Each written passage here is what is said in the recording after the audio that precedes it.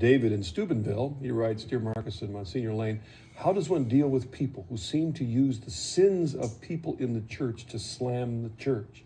The Inquisition, Crusades, Galileo, the recent pre-scandals are all the only thing they notice about church history, and if the real abuses aren't bad enough, they make up stuff, e.g. Pius XII, Da Vinci Code, etc.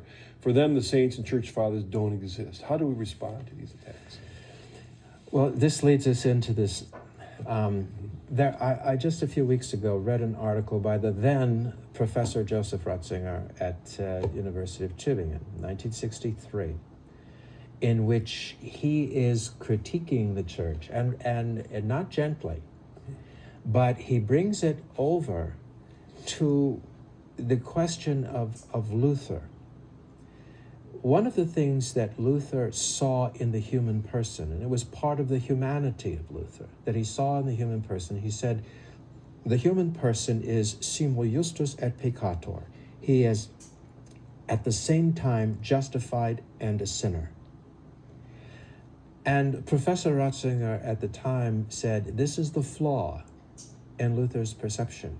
For what he could see of the individual, he failed to see of the community.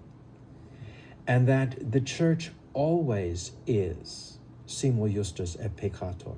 It is justified, and yet we know from all these things you listed that it is also sinful. And I have reflected, I actually have a thought on that I was thinking about just a few days ago. That if the church were sinless, the compulsion to believe would be tremendous, and our freedom would truly be encroached upon, because faith always must have a personal foundation in choosing faith and in choosing Jesus Christ. Christ himself has left all sorts of things ambiguous in the Gospels in order that we learn to choose through loving. That's how the church also presents itself, at the same time justified and sinful.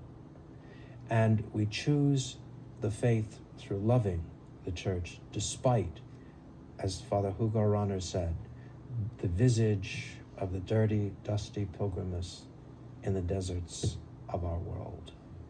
And there is no response except one wonders about why they choose this outrage against the church. What is going on inside of them that this becomes so overwhelming to them? We love Christ, we love the church, we are sinners. We try the best we can.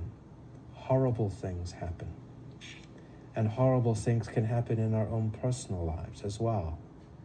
But that doesn't diminish the invitation to love and the invitation to believe. And that's what the Eucharist is for, to draw us deeper, deeper, deeper into the mystery. We're not a sociological phenomenon. We are a mystical phenomenon in the midst of the world.